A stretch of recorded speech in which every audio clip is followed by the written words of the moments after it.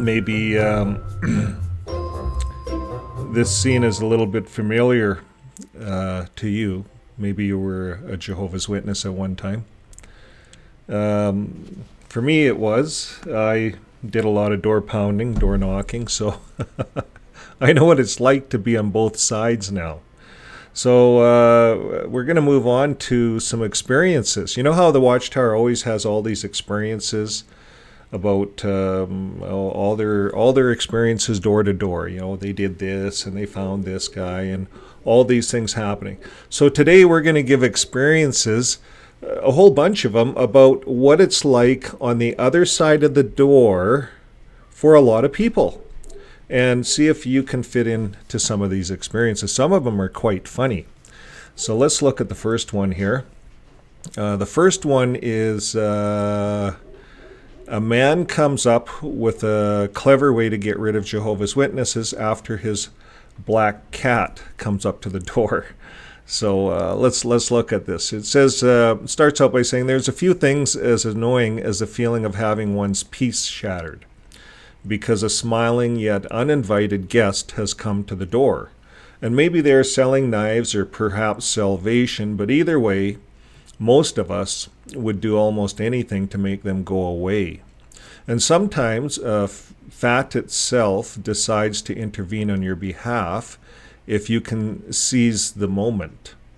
So what does he mean by that? He says a man was being pestered by a pair of Jehovah's Witnesses, so he decided to play a little joke on them. People applauded his creativity and shared their own experiences with door-to-door bothers. Door-to-door bothers, like door-to-door brothers.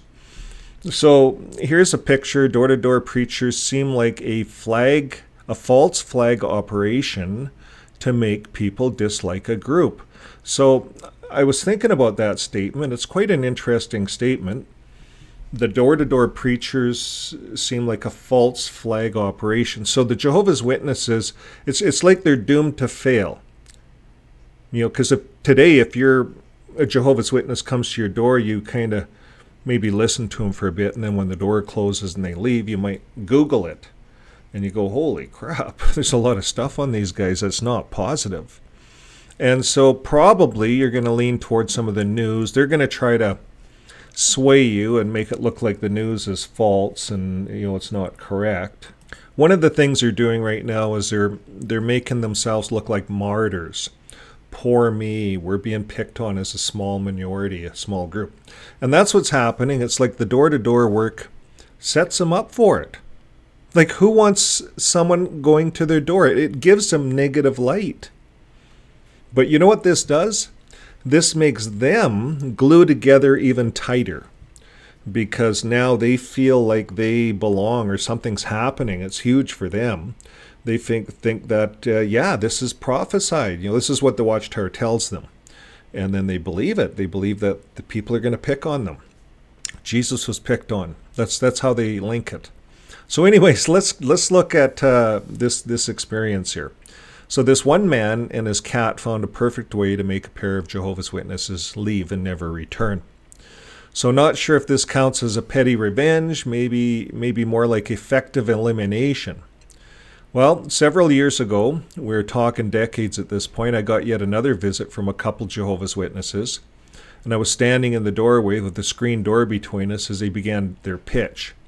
Now, I do find these people annoying and try to save them and myself in time by letting them know that I am not the least bit interested as promptly as I can without being full-on butthead rude. And you know how that is, folks. I know that from both sides of the fence. You know, you go to the door, you're bothering. You can tell you're bothering people. And I don't want to be there either, bothering people. You know, I want to find people that are interested. So I always try to give people a way out. But some A lot of people don't. A lot of elders, you know, a lot of fundamental Jehovah's Witnesses are very wanting to dig deeper and push harder. I've worked with lots of them. But anyways, this guy is saying, I'm not even interested, but I don't want to be rude, you know. So here's what happens. He says, so while I was waiting on a break in the conversation, you know, as if Jehovah's Witnesses are going to shut up. You know, sometimes they just keep rattling, hoping that, because they know when they break, you're going to say, I'm not interested. So anyways, he says he was waiting for a break in the conversation so he could spare us all wasted time and effort. And he says, my daughter's black cat walked up next to me, sat down, looked up at me and meowed. If you could imagine this, right? So he had heard some of these cults. So he's thinking, he had heard some of the cults were superstitious. So he says the JWs were paused. They paused, you know, in their whole routine upon the arrival of the cat. The cat walks up, if you can imagine this. And they were staring at it. And in one of those rare, quick thinking moments, he looked down at the cat and said, so the guy looks down at the cat and says, I think the remote's on the sofa. He says this to the cat. And as if on cue, the cat stood up, walked around the corner, and the JWs, well, they were just standing there speechless, right? So he politely told them, yeah, I'm not interested, and he slowly closed the door. Well, he never had another Jehovah's Witness show up at his door the rest of the years that he lived there. And he says, thanks to Missy Cat, you'll always be held in high regard. So he says he learned a lot of things about JWs. He says apparently they're not superstitious about cats, and he's right. They're not supposed to be, but they're superstitious about superstitions. It's funny, you know, cat talk, and you talk to your cat and it goes, you know, they bleed into that so quick, Jehovah's Witnesses. Now, I had an experience where a Jehovah's Witness came out to the farm, and I made the mistake of saying, and this is when I was just quitting, and a few Jehovah's Witnesses were still coming out. So they came out to the farm one day, and I said, yeah, Shauna, she can talk to the horses. You know, she's really good with the animals. She goes up and talks to them, and they follow her. Well, they just totally were speechless. And next thing I knew, I got a text message saying that that's the works of the demons. Witchcraft. They called it witchcraft. So anyways, that is what happens. I know that. I was on that side of the fence. Everything is wicked. If something isn't quite right, like you talk to your horse and your horse follows you, well, you know, if you know anything about animals, animal lovers, people that love animals talk to their animals. And animals do understand a few words. Believe it or not, dogs understand a few words. They're like toddlers, like little children just learning to speak, but they never ever graduate. They never ever learn to speak. But they do know a few words. They know their name. You know, they know different things. And animals are interesting, and you do talk to them as pet owners if you're a pet owner. And it's not demonized. It's not wicked. There's nothing wrong with it. It's in fact, it's very healthy. And they recommend a lot of elderly people get an animal, get a cat, get a dog. Especially if you're alone and your spouse dies or something like that. It's highly recommended. So some Jehovah's Witnesses are in tune with animals, and some are afraid of everything. You know, so I thought that was funny. You know, he says to the cat, go get the remote. Okay, he says he's pretty sure Jehovah's Witnesses cannot swear, but he cannot swear to it, that they were dressed the same as many previous. You know, he's just validating his whole experience. And he says the fact that no more, like, Jehovah's Witnesses quit coming. They used to come quite regularly. Jehovah's Witnesses try to cover the door-to-door work every, sometimes 3 months. I heard some territories where they have few territories, lots of publishers, that they were covering territories every couple of months. And then other territories, they don't get covered that often, maybe once a year. But if you lived in a place for many years, you would know if they just quit coming. And that's what he's saying. Now, there's a picture of his cat. And most of us hate unexpected guests at the door. It talks about Jehovah's Witnesses. They're not the only group that preach at the door. Mormons do too. Now, they're saying in this article, indeed, if you've seen a clean, beardless, and generally well-dressed pair of people at your door, it's relatively safe that they're Watchtower. Now, that's going to change because Watchtower now allows beards. So now you're going to see bearded people coming to your door.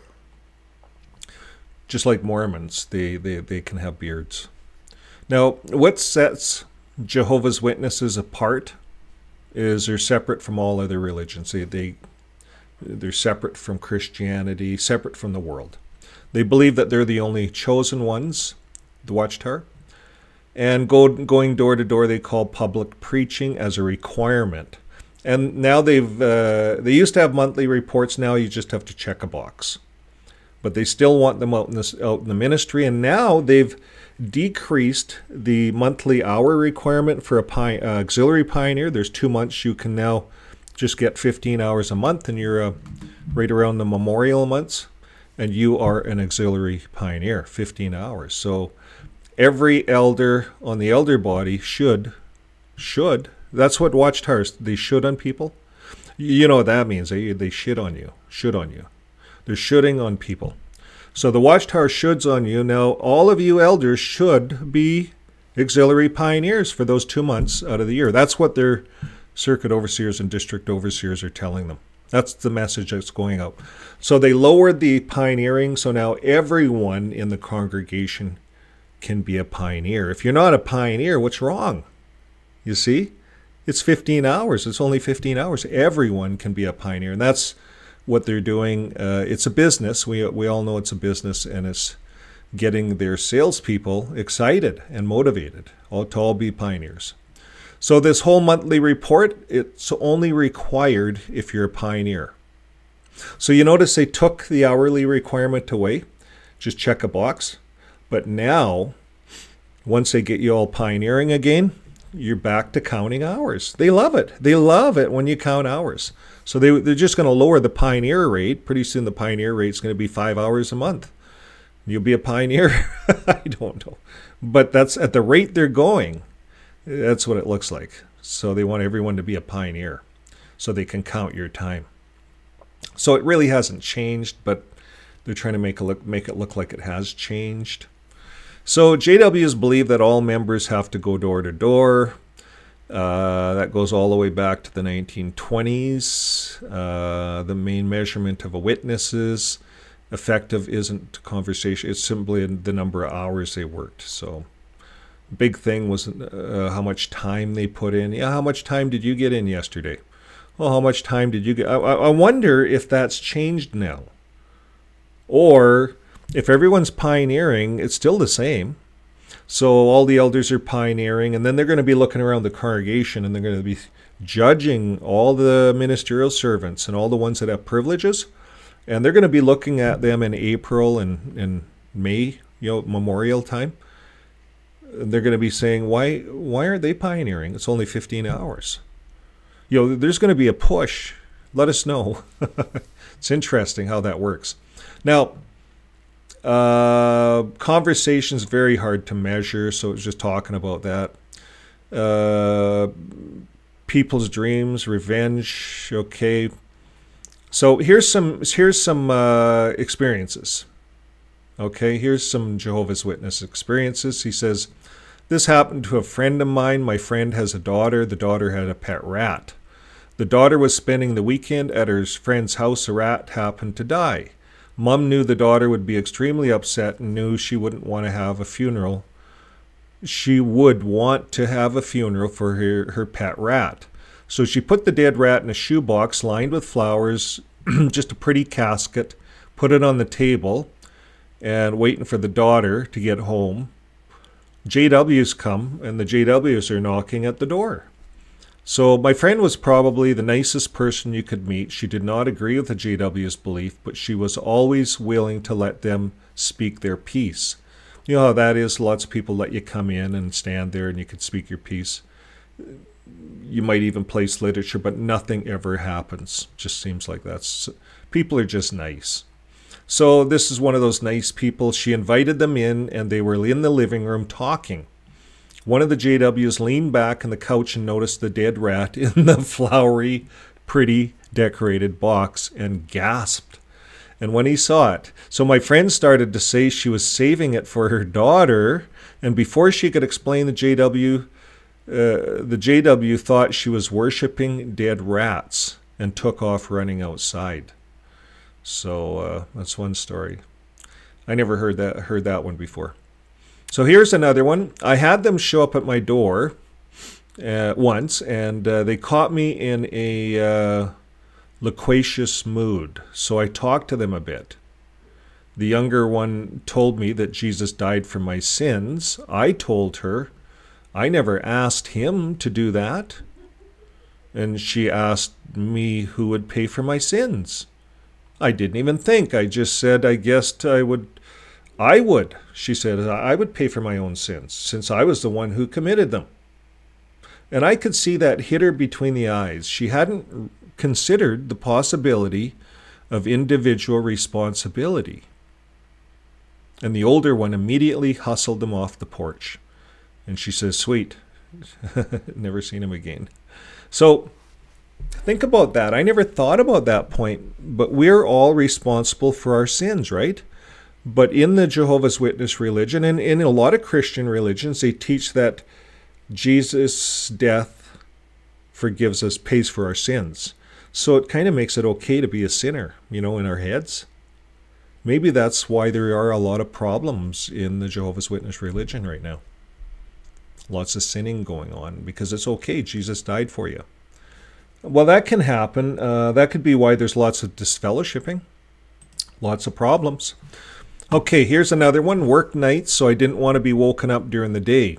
So what do? You put a no soliciting sign on your door, right?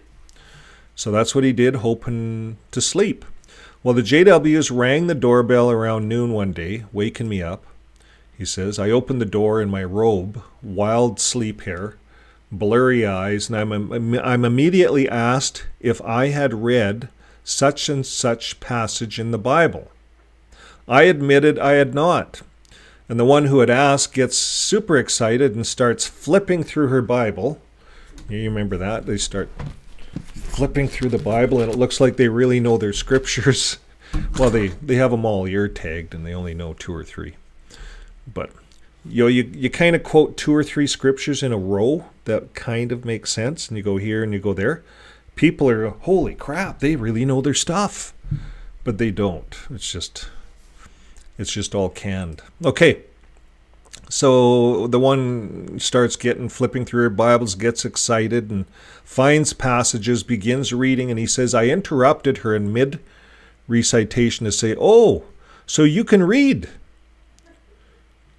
And then the sign on the door should be self-explanatory. Proceed, and he slams the door in their faces. Never heard from him again. So he had the sign on the door, no soliciting. They didn't read that, but she could read her Bible. I've went to the door, and I was one of the guilty Jehovah's Witnesses where I woke up night shift workers. And some of the night shift workers started putting little signs on their door, I work night shifts. But then why should they have to do that? Privacy of their own home. Just so you folks know out there, you can get just do not calls. You can make them up. Jehovah's Witnesses, do not call. That's all you have to do. Put it on your door. Put some plastic around it. Tape it to your door, and they will respect that, as long as you name them. If you say no soliciting, they don't consider themselves solicitors or salespeople. They consider themselves like they're going to save you. So you have to be very specific. Jehovah's Witnesses, do not call. That's simple. You're marked down. They will never call on you. Legally, they're not supposed to, or you can report them if they do. So here's an experience. No animals harmed. The cat loved bath time and was given extra treats. When I was a teen, mid-90s, my family moved across town, but my parents stayed at an old place for an extra month. I was at the new place and saw the JWs down the street before they could get to the door.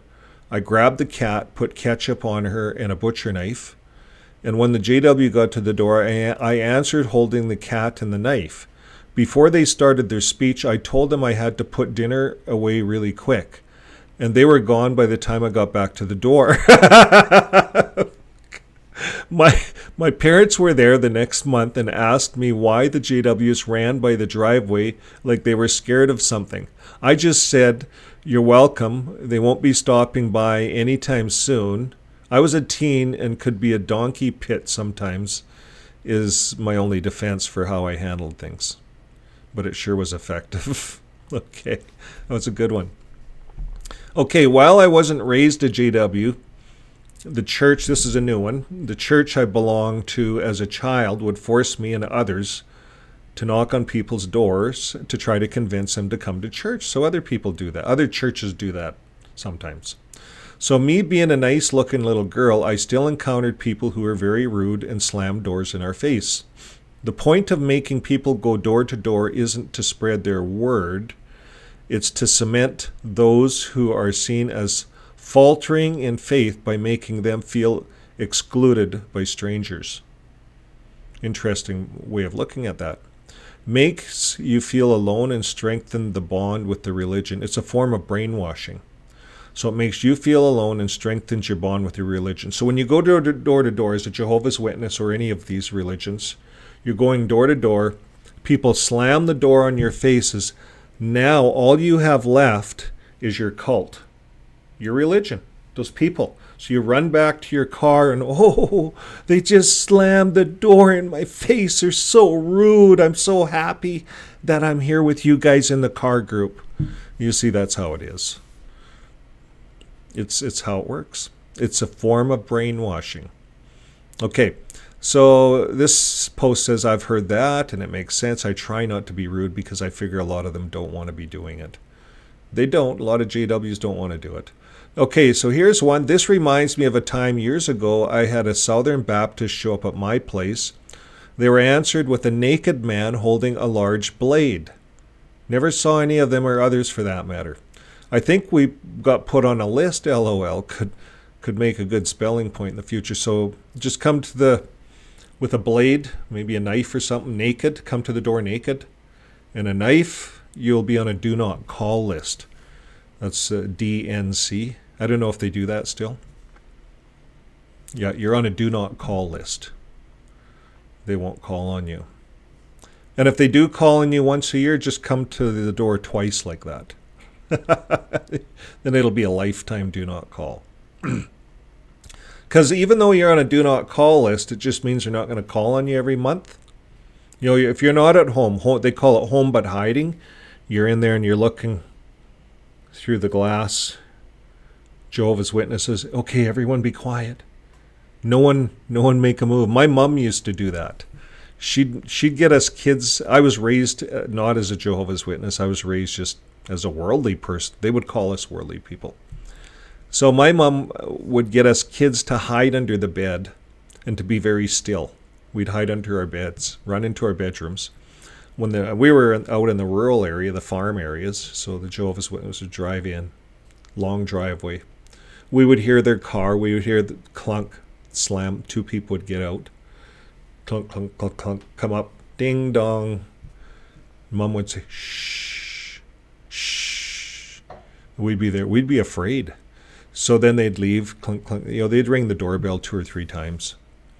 And clunk, clunk, clunk. They'd go down and leave. You'd hear the car leave. Home, but hiding. So we'd come out as little kids and we'd wonder, Mom, who was that? And she said, never answer the door when they come. Those are bad people. She was right. I got sucked in later on in life. I was 18 when I got sucked in. But anyways, that's another story.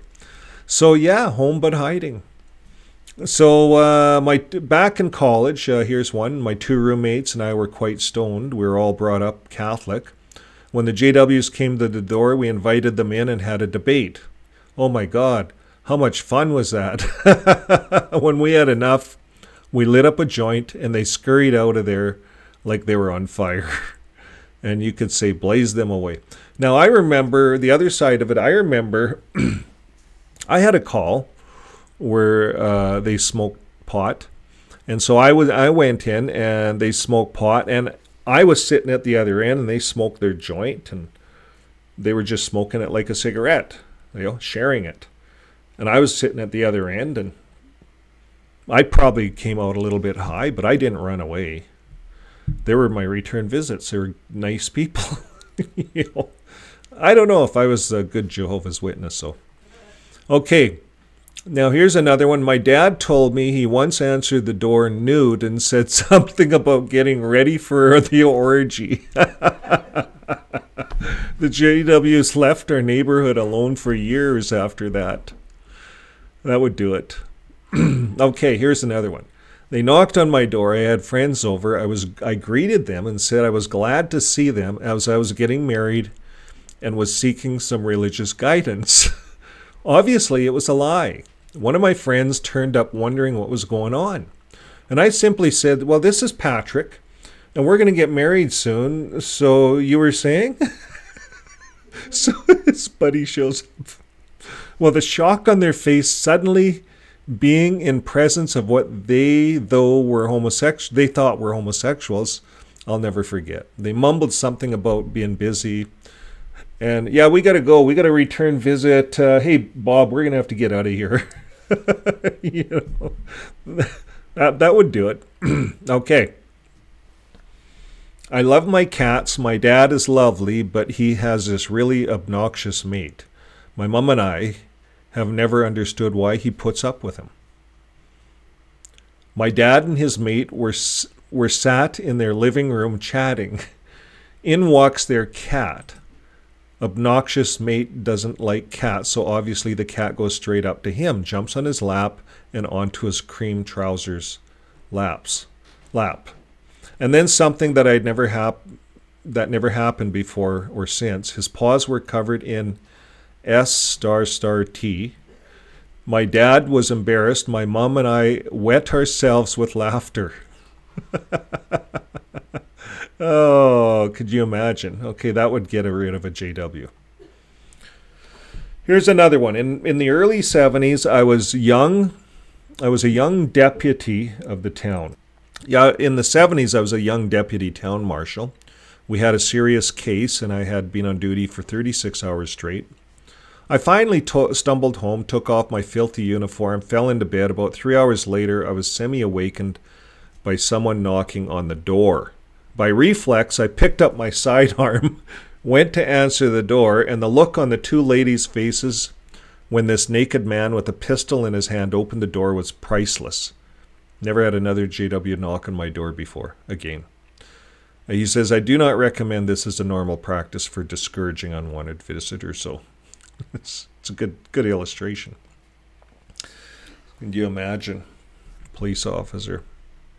Okay, another one. The JWs used to send lovely women to my house. I mean, really beautiful women. Once there was an older woman, but she was accompanied by a pretty younger woman who looked like she was desperate just to have an ordinary conversation with me, with someone. And after doing this for a few years, they changed tactics. They sent a handsome young man and a small boy. I suppose they had decided that my bread was buttered on the other side.